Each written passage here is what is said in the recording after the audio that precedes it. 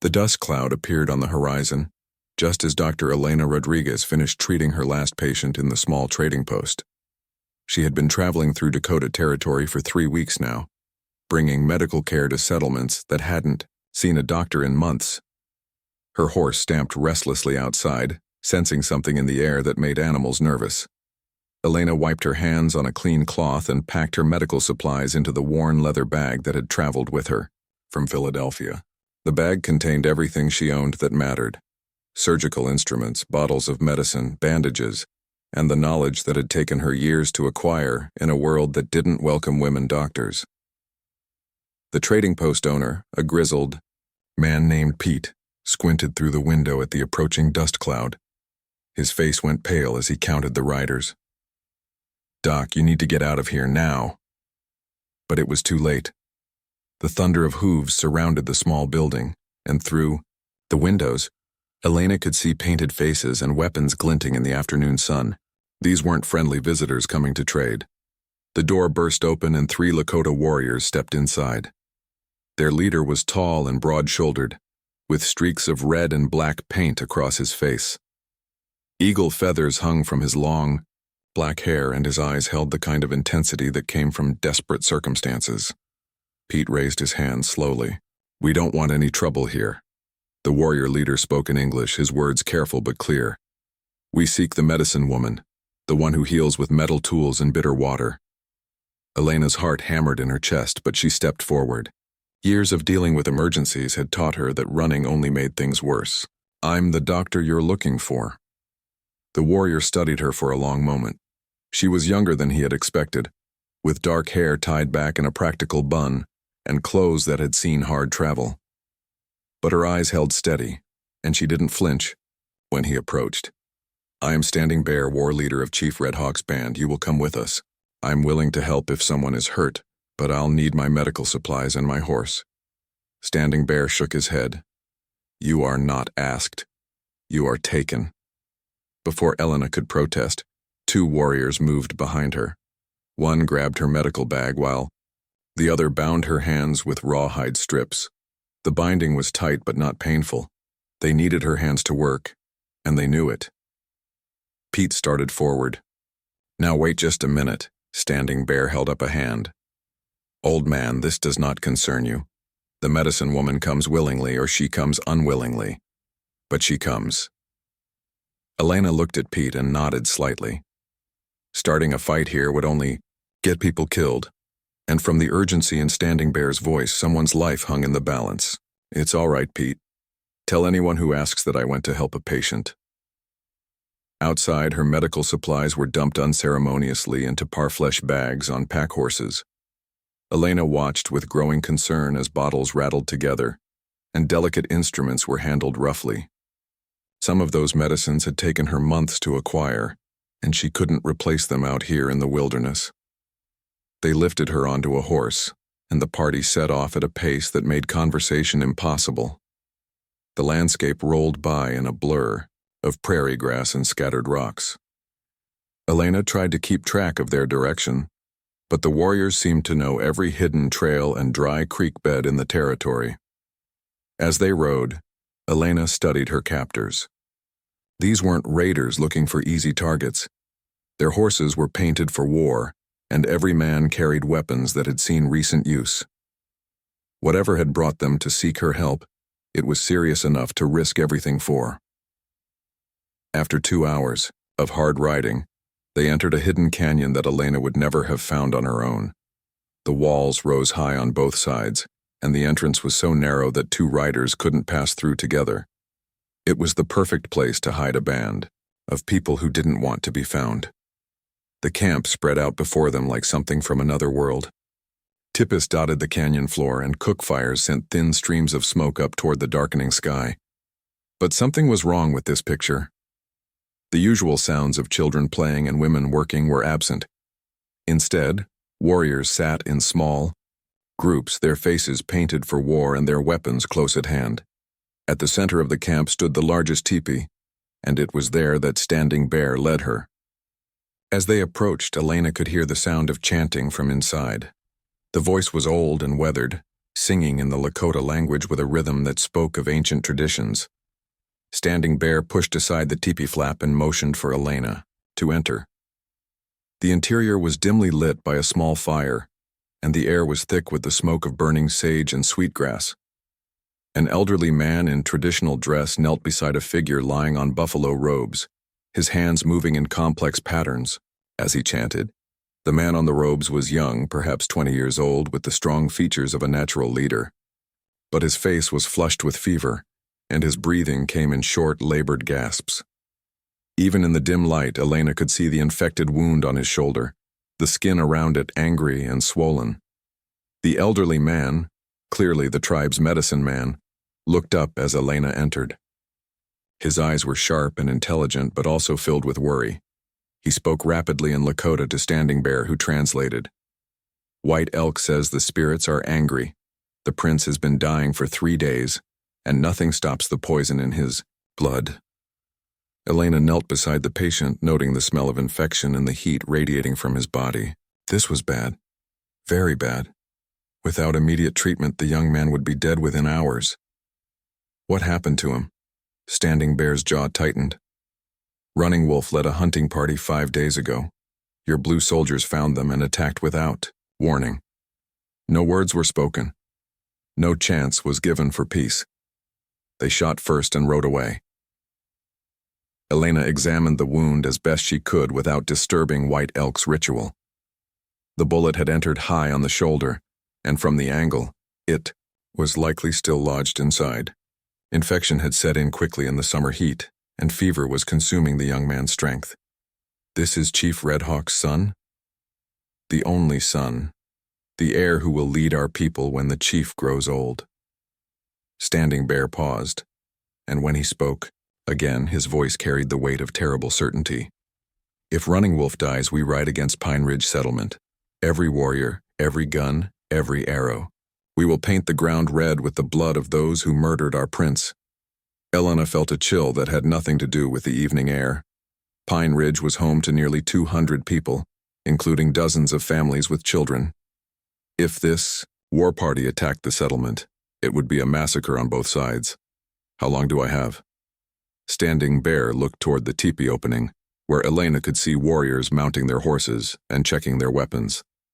The war party leaves when the sun touches the canyon rim.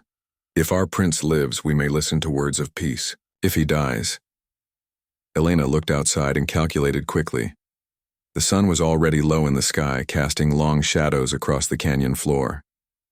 30 minutes, maybe 40 at most.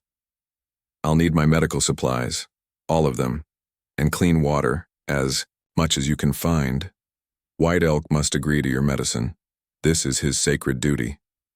The old medicine man had been listening to their conversation, understanding more English than he let on. He spoke to Standing Bear in rapid Lakota, his gestures sharp and urgent. He says your medicine is the poison that made this wound sick. White man's weapons, white man's sickness. Elena looked directly at White Elk, speaking slowly and clearly. The sickness comes from the bullet, not from me. My medicine can remove the bullet and clean the poison from his blood, but I need your help. White Elk studied her for a long moment, his weathered hands never stopping their movement over Running Wolf's fevered body. Finally, he spoke again to Standing Bear. He will watch your medicine. If it helps, he will assist. If it harms our prince, he will stop you himself. Outside, Elena could hear the sounds of preparation for war. Horses nickered as warriors painted their faces and sang death songs. Weapons were sharpened and war shields blessed. The entire camp hummed with the energy of people preparing for battle.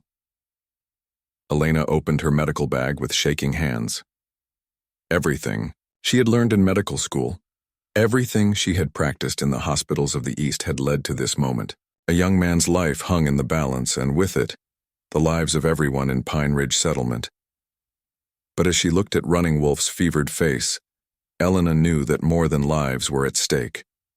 This was a chance to bridge two worlds that had been at war for generations. If she could save the prince, maybe, just maybe, she could prevent a conflict that would consume the entire territory in flames. The sun crept lower toward the canyon rim, and time was running out. Elena's hands moved quickly through her medical supplies, sorting instruments and medicines by the firelight. Every second counted now, and she couldn't afford to waste time searching for what she needed. White Elk watched her every movement, with eyes that missed nothing, his chanting never stopping even as he observed her foreign methods. Running Wolf stirred restlessly on the buffalo robes, his fever-bright eyes opening briefly before closing again. Elena could see the confusion there, the battle between his body's need to heal and the poison spreading through his blood. She had seen this before in battlefield hospitals back east, but never with so much depending on the outcome. "I need more light," Elena said, looking around the dimly lit teepee. "And clean cloths, as many as you can find." Standing Bear spoke quickly to several women who had gathered near the entrance. Within minutes, they brought oil lamps that cast a steadier glow than the flickering fire. The additional light revealed just how serious Running Wolf's condition had become. The wound on his shoulder was worse than Elena had initially thought. The bullet hole itself was small, but the infection had spread in red streaks across his chest and up toward his neck. His skin burned to the touch, and his pulse was rapid and weak. Without immediate surgery, he would die within the hour.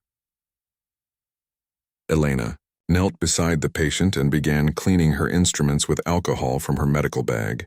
The sharp smell filled the teepee, causing White Elk to wrinkle his nose and mutter something in Lakota. "He says your medicine smells like the firewater that makes men crazy," Standing Bear translated. "It kills the bad spirits that cause infection," Elena explained, hoping the medicine man would understand. "Just like your sage cleanses the air, this cleanses my tools." White Elk paused in his chanting, considering her words. He reached into his medicine bundle and withdrew a piece of sage, holding it over the flame until it smoldered. The sweet smoke drifted across Elena's instruments, and she realized he was blessing her tools in his own way. "Thank you," she said simply, and saw something shift in the old man's eyes. For the first time since she had entered the teepee, she felt like they might be able to work together. Elena began her examination of the wound, feeling carefully around the bullet's entry point. Running Wolf moaned and tried to pull away, but Standing Bear held him gently in place. The bullet was lodged deep, probably against the shoulder bone, and the surrounding tissue was severely infected. "This is going to be difficult," Elena murmured, more to herself than to anyone else. "The bullet is deep and there's so much infection." White Elk spoke to Standing Bear, who translated. "He wants to know if you have medicine for pain. Our people use willow bark and other plants, but the prince is too weak for strong medicine." Elena nodded, reaching for a small bottle in her bag. "This is laudanum. It will help with the pain, but not too much. I need him responsive during the surgery." She carefully measured a small dose into a cup of water and helped Running Wolf. "Drink it." The young man's eyes focused on her face for a moment, and she saw intelligence there despite the fever. He was fighting this with everything he had. Outside the teepee, Elena could hear the war party making final preparations. Horses snorted and stamped as warriors mounted up, their weapons rattling. Someone was singing what sounded like a death song, the melody haunting and beautiful in the gathering darkness. "How much time do we have left?" Elena asked. Standing Bear glanced toward the teepee opening, where the last rays of sunlight painted the canyon walls gold and red. 10 minutes, maybe 15. Chief Red Hawk waits, but the warriors grow restless. They have painted their faces for war, and their hearts are hot for revenge. Elena felt her stomach clench with nervousness, but she forced herself to remain calm. Panic would not save Running Wolf's life. She needed to focus on what she could control, the surgery ahead of her. "I'm going to start now," she announced, picking up her scalpel. "White Elk, I need you to hold this lamp steady. Standing Bear, keep him still but don't restrict his breathing." White Elk positioned the oil lamp so that its light fell directly on Running Wolf's shoulder. Elena could see that his hands were steady despite his age, and she felt grateful for his assistance. Whatever their differences in medical philosophy, they both wanted the same thing, to save this young man's life. Elena made her first incision following the path of the bullet as best she could determine. Blood welled up immediately, but not the arterial bleeding she had feared. The bullet had missed the major blood vessels, which was good news for the surgery. Running Wolf groaned and tried to move, but the laudanum kept him from struggling too. violently. Elena worked quickly but carefully, using her fingers to probe for the bullet while trying not to cause unnecessary damage to the surrounding tissue. "It's deeper than I thought," she muttered, wiping sweat from her forehead with the back of her hand. The bullet hit the bone and ricocheted. White Elk leaned closer, watching her technique with fascination. He spoke to Standing Bear, who translated. "He says your metal tools are like eagle talons, precise and sharp. He has never seen healing done this way." Elena found herself oddly comforted by the comparison. She had always thought of surgery as requiring the predator's precision, the ability to strike quickly and accurately to save life rather than take it. Her fingers finally touched something hard and foreign lodged against Running Wolf's shoulder blade. The bullet was right where she had expected to find it, but getting it out would require careful maneuvering to avoid damaging the bone or surrounding nerves. "Found it," she announced, relief evident in her voice. Now comes the tricky part. Using her smallest forceps, Elena began working the bullet loose from where it had lodged. The metal was deformed from impact, making it more difficult to grasp securely. Running Wolf's breathing became more labored as she worked, and she knew she was pushing the limits of what his weakened body could endure. White Elk began chanting again, but this time his song seemed to match the rhythm of Elena's movements. She found the combination oddly soothing, as if the old medicine man was lending his strength to her efforts. Outside, the sounds of the war party grew more urgent. Elena could hear Chief Red Hawk's voice, speaking in Lakota, with the authority of absolute command. Whatever he was saying, it caused a stir among the warriors. "What's happening out there?" Elena asked without looking up from her work. Standing Bear listened for a moment before answering. "The chief tells the warriors to wait a little longer, but some say the white medicine woman is too slow, that our prince will die while she plays with her metal tools." Elena felt a bead of sweat run down her spine, but she forced herself to ignore the pressure. Surgery could not be rushed, no matter what the consequences of delay might be. One slip with the forceps could sever an artery or damage nerves, leaving Running Wolf crippled even if he survived. Finally, after what felt like an eternity, Elena felt the bullet shift in her grasp. She held her breath and slowly, carefully extracted the deformed piece of lead from Running Wolf's shoulder. The bullet clinked softly as she dropped it into a metal dish, and even White Elk smiled at the sound. "Got it," Elena said, sagging, slightly with relief. "Now I need to clean out the infection and sew him up."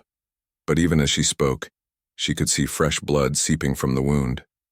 The surgery was only half finished, and time was running out faster than water through her fingers.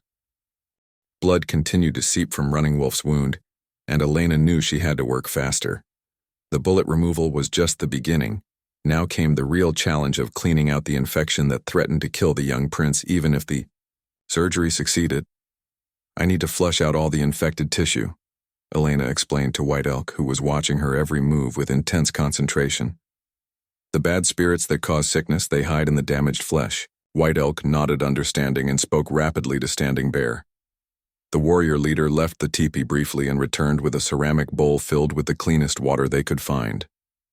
Elena poured alcohol into the water, creating a solution that would help fight the infection.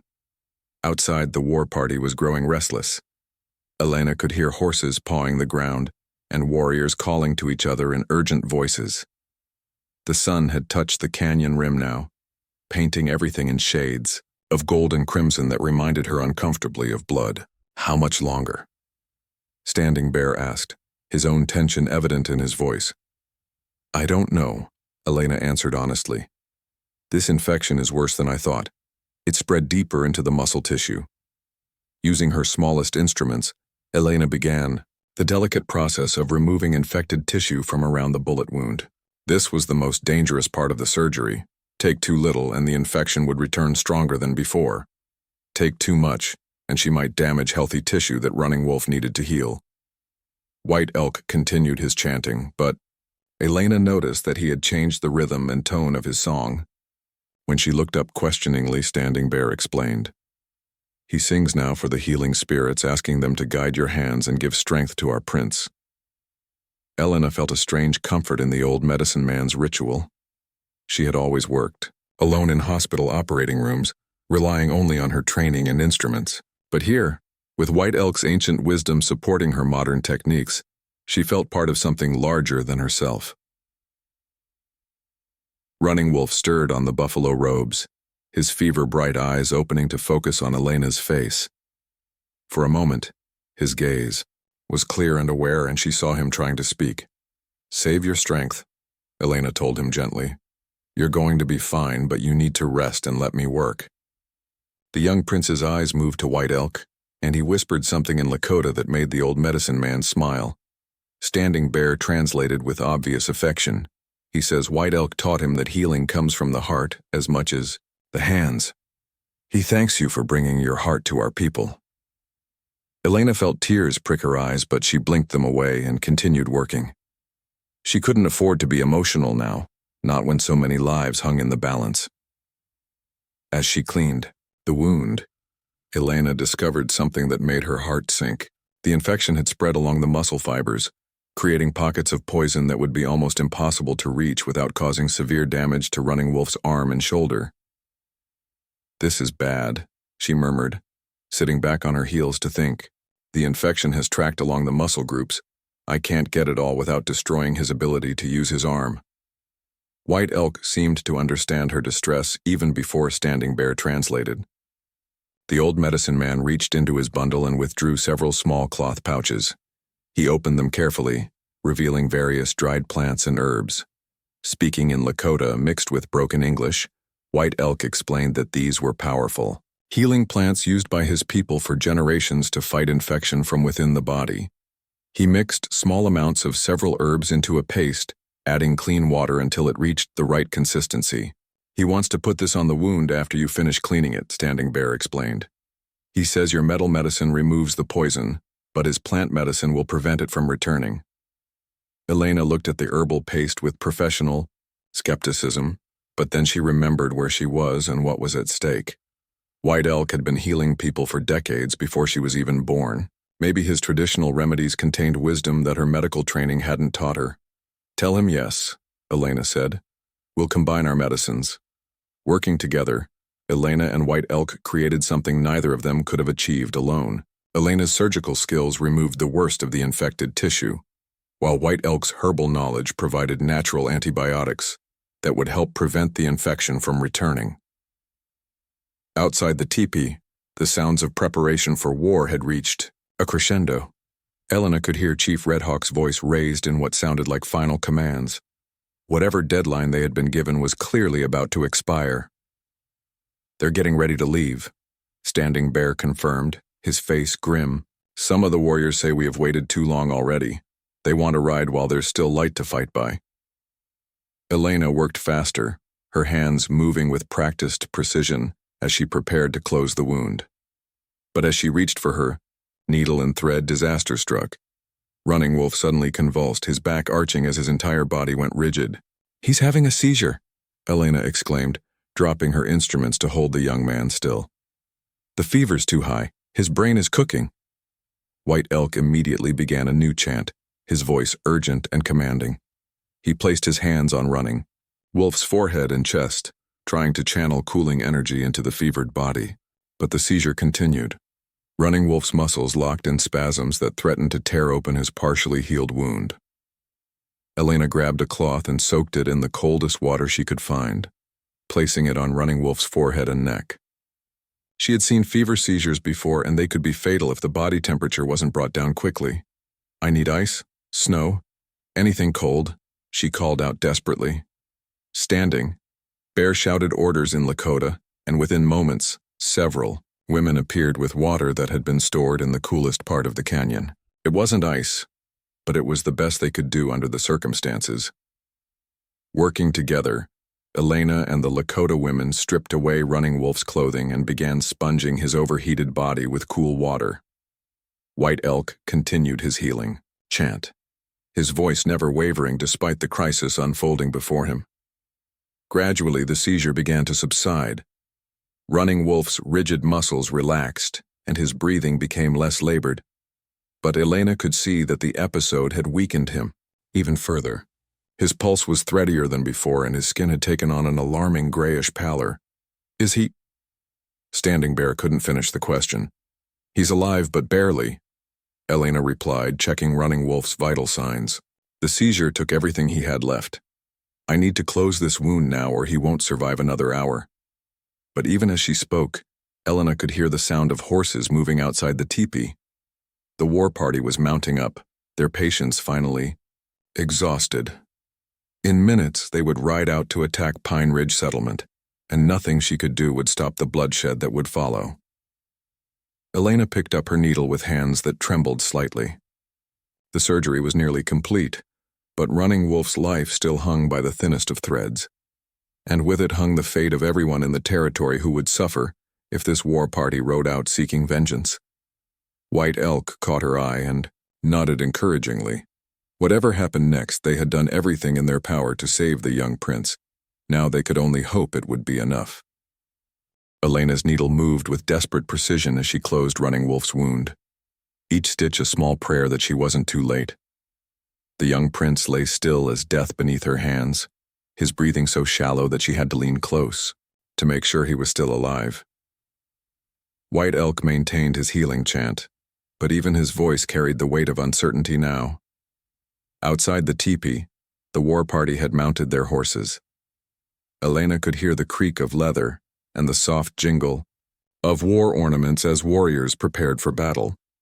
Chief Red Hawk's voice rose above the others, speaking in Lakota with the formal cadence of ritual. She didn't need a translation to know he was giving his final war speech. They're blessing their weapons, Standing Bear explained quietly, his own face painted for war beneath the worry in his eyes. The chief asks the spirits to guide their arrows and make their enemies fall like grass before the wind. Elena tied off the last stitch and sat back, her hands stained with blood and her clothes soaked with sweat. The surgery was complete, but Running Wolf's fever still burned like a fire in his veins. His face was flushed and drawn, and his pulse remained weak and irregular. How long before we know if he'll survive? Standing Bear asked. Hours, maybe, days, Elena admitted. The surgery went well, but the fever has to break on its own now. His body has to decide whether to fight or give up. White Elk spoke in Lakota, gesturing toward his medicine bundle. Standing Bear translated with obvious hope in his voice. He says there are fever-breaking medicines his grandmother taught him, plants that cool the blood when it runs too hot. He wants to try them now that your metal medicine has cleaned the wound. Elena nodded, too exhausted to maintain her professional skepticism. She had done everything her medical training had taught her. If traditional Lakota remedies could help where modern medicine had reached its limits, she was willing to try anything. White Elk prepared a tea from dried willow bark and other herbs Elena didn't recognize. The bitter-smelling brew steamed in the firelight as the old medicine man chanted over it, asking the plant spirits to lend their healing power to the fevered prince. Together, Elena and White Elk lifted Running Wolf's head and helped him drink the herbal tea. The young man was barely conscious, but some instinct made him swallow the bitter medicine. Elena could only hope it would be enough. Outside, the war party was ready to ride. Elena could hear Chief Red Hawk calling for his son, wanting to see Running Wolf one last time before leading his warriors into battle. The teepee flap opened and the chief stepped inside. Red Hawk was a man in his 50s with gray streaking his long black hair, and the kind of presence that commanded respect without effort. His face was painted for war in red and black stripes, and eagle feathers hung from his hair. But when he looked at his son lying pale and still on the buffalo robes, the warrior's mask slipped to reveal a father's pain. He knelt beside Running Wolf and spoke softly in Lakota, words that needed no translation. Elena had heard the same tone in hospital rooms back east when families said goodbye to loved ones who might not survive the night. Standing Bear translated quietly. He tells his son that if the spirits call him home, he should go without fear. The people will remember his bravery, and his father will sing his deeds until his own death song comes. Red Hawk turned to Elena, his dark eyes measuring her with the intensity of a man who had to make impossible decisions. When he spoke, his English was careful but clear. You have done what you could for my son. Now I must do what I must for my people. The soldiers who shot Running Wolf must answer for this attack on a peaceful hunting party. Chief Red Hawk, Elena said, meeting his gaze directly. I understand your need for justice, but if you attack Pine Ridge, innocent people will die. Women and children who had nothing to do with what happened to your son. The chief's expression hardened. And what of our innocent women and children? For years your people have pushed us from our lands, broken your promises, and killed our young men. How many times must we turn the other cheek before we defend ourselves? Elena felt the weight of history in his words. She knew enough about the Indian Wars to understand that both sides had legitimate grievances and that violence had been building for decades. But she also knew that more bloodshed would solve nothing. Give me time, she said desperately. Let me ride to the territorial commander and tell him what really happened. Maybe we can find a way to get justice without more killing. Red Hawk shook his head. Time is what we do not have. Every day we wait, more soldiers come to hunt us. Every delay makes us look weak to other bands who might join our fight. But even as he spoke, something changed in Running Wolf's breathing. The rapid, shallow gasps became deeper and more regular. Elena checked his pulse and felt her heart leap with hope.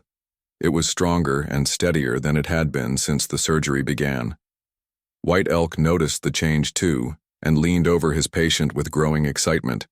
He spoke rapidly in Lakota, his weathered face breaking into the first smile Elena had seen from him. The fever. Standing Bear translated with wonder in his voice. White Elk says the fever is beginning to break. Elena placed her hand on Running Wolf's forehead and felt the difference immediately. The burning heat was still there, but it was less intense than before. The young prince's body was finally beginning to win its battle against the infection. Red Hawk saw the change in his son's condition and knelt beside the buffalo robes again. This time when he spoke to Running Wolf, his voice carried hope instead of farewell. Running Wolf's eyes fluttered open, clearer than they had been in days.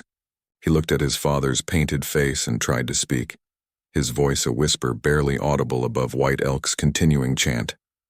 Father, don't let anger make you forget who we are. The words hit Red Hawk like a physical blow. Elena could see the internal struggle playing out on the chief's face, the need for vengeance warring with his son's plea for wisdom.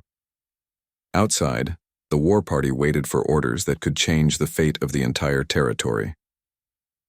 The medicine woman speaks of riding to the soldier chief, Red Hawk said finally. But why should we trust the promises of her people? How many treaties have they broken? How many times have they spoken of peace while sharpening their knives? Elena thought desperately for an answer that might bridge the gap of mistrust between their peoples. Then inspiration struck. Because I'll stay here, she said. I'll remain with your band as guarantee of my word. If the territorial commander refuses to listen or tries to betray our agreement, you'll have me as a hostage. But if he agrees to investigate what really happened and punish the soldiers responsible, you'll know that some of my people can be trusted. Standing Bear translated for the warriors who had gathered outside the teepee. Elena could hear them discussing her proposal in rapid Lakota, their voices carrying tones of surprise and skepticism.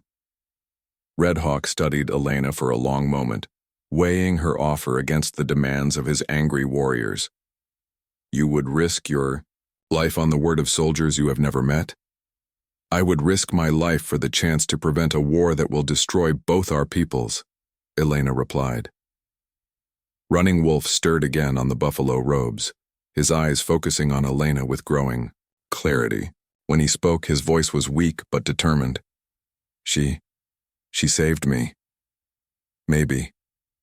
Maybe she can save us all.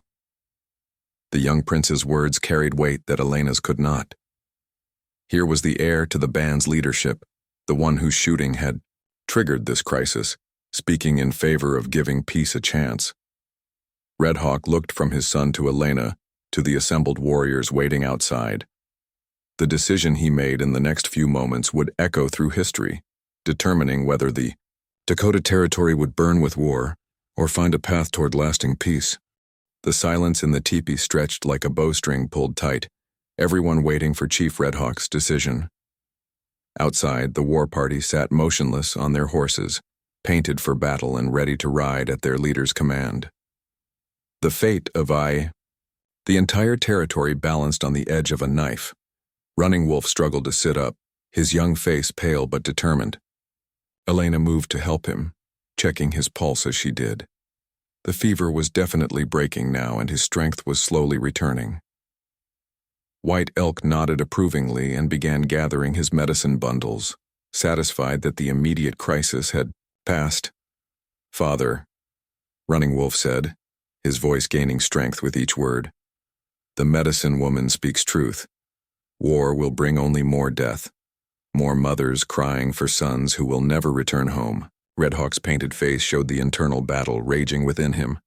As a war chief, he understood that weakness invited attack. But as a father, he had just watched his son saved by the very people he had been prepared to fight. "The warriors have painted themselves for war," Red Hawk said finally. "Their hearts are hot for revenge.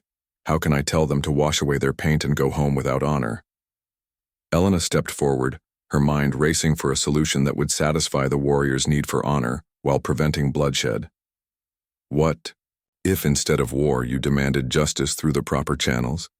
Make the territorial government investigate the shooting and punish those responsible." Standing Bear shook his head. "White man's justice has never favored our people. Why should this time be different?"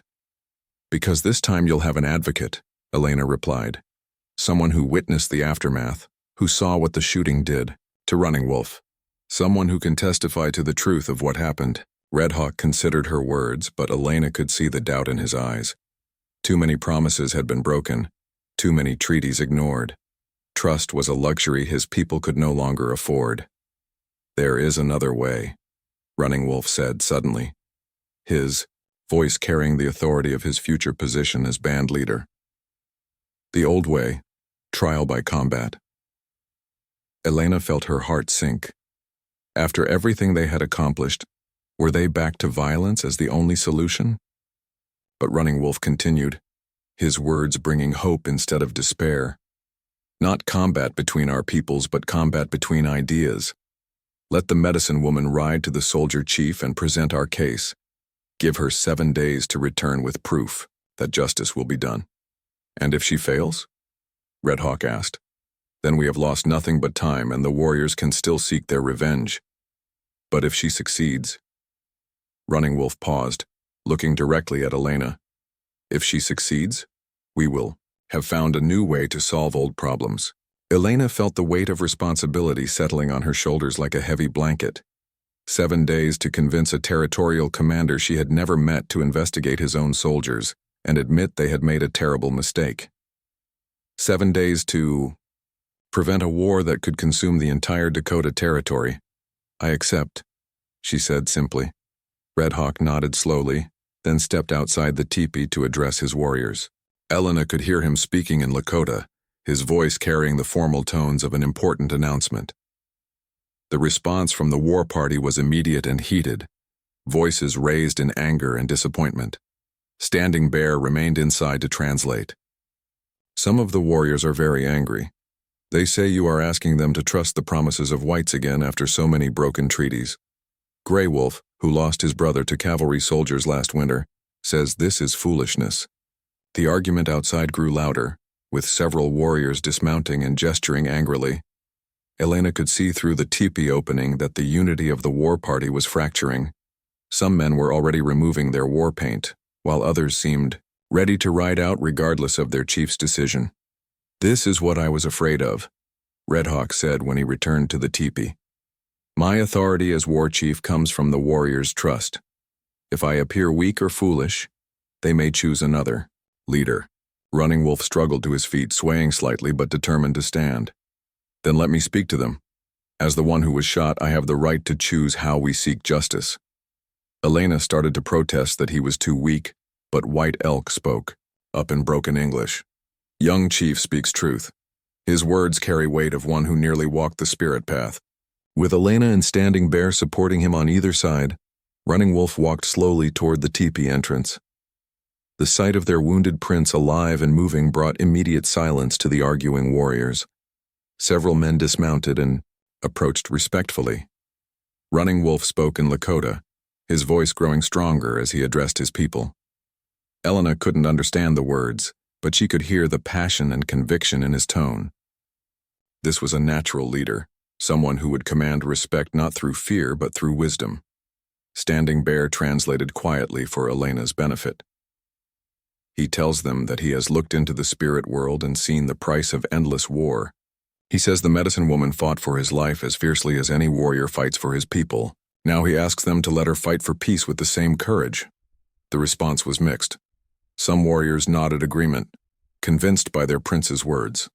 Others remained skeptical, their faces hard with the memory of past betrayals and broken promises. Grey Wolf, the warrior who had lost his brother, stepped forward and spoke directly to Running Wolf. His words were sharp and challenging, clearly questioning the decision to trust another white negotiator. Running Wolf listened respectfully, then replied in a voice that carried quiet authority. When he finished speaking, even Grey Wolf nodded grudging agreement. "What did he say?" Elena asked. Standing Bear smiled for the first time since she had met him. He told Grey Wolf that sometimes the greatest courage is knowing when not to fight. He said the medicine woman has proven herself worthy of trust by risking her life for someone she had never met. Red Hawk stepped forward and raised his hand for attention. When he spoke, his voice carried the weight of final decision. The war party will wait 7 days. If the medicine woman returns with proof that justice will be done, we will try the path of peace. If she fails or does not return, we will paint for war again. Elena felt relief flood through her, followed immediately by anxiety about the enormous task ahead. 7 days to ride to the territorial capital, convince a military commander to investigate his own men, and return with satisfactory proof of justice. It seemed impossible. "I'll need a fast horse and provisions for the journey," Elena said practically. "You'll have the best horse in our herd," Red Hawk promised, "and an escort to guide you safely through the first day's travel." White Elk approached, Elena with a small leather pouch. He spoke in Lakota, gesturing toward the bag. "Medicine for the journey," Standing Bear translated. "Herbs to keep you strong and help you think clearly when you face the soldier chief." Elena accepted the pouch gratefully, understanding that this gift represented more than just medicine. It was a symbol of trust, a bridge between two worlds of healing that had worked together to save a life. Running Wolf extended his hand to Elena, the gesture formal but warm. "You gave me back my life," he said in carefully pronounced English. "Now I ask you to help me give my people back their future." Elena grasped his hand, feeling the strength returning to his grip. "I'll do everything in my power to make this work." As the sun set behind the canyon walls, Elena prepared for the most important journey of her life. Behind her, a war party settled down to wait, their weapons cleaned and ready but temporarily sheathed. Ahead lay 7 days to prevent a war and prove that sometimes healing was possible, not just for bodies, but for the wounds between peoples. The captured healer had become something more, a bridge between worlds, carrying the hopes of both sides, for a future where children could grow up without the shadow of endless war. Whether she would succeed or fail remained to be seen, but for the first time in years, peace had a chance to triumph over vengeance. The price of that peace would be measured not in blood, but in the courage to trust when trust seemed impossible, and the wisdom to choose healing over hatred when the easier path led only to destruction.